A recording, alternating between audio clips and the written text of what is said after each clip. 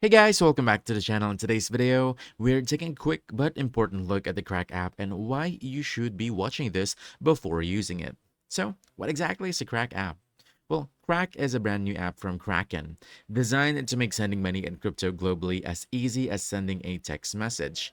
The app lets you send money in over 300 cryptocurrencies, including Bitcoin, often using just a simple Krak tag username instead of long wallet addresses. One of the big selling points is transparent pricing. The app claims upfront conversion rates with no hidden transfer fees, which is a huge plus compared to many competitors. The goal here is simplicity. Cross-border payments that feel as easy as chatting, and coming from the Kraken team, security is a major focus. However, there are some important things to consider.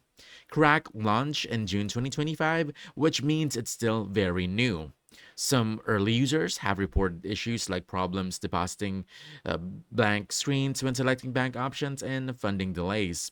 Others have mentioned P2P transfers failing, especially when sending to new recipients.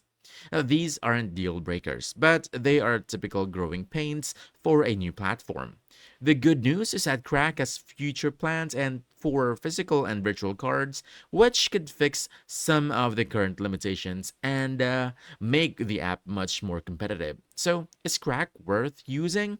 Well, it has strong potential, solid backing from Kraken, and a very clean idea. But since it's still early, it may be best to start small and proceed with caution until the app matures. That's it.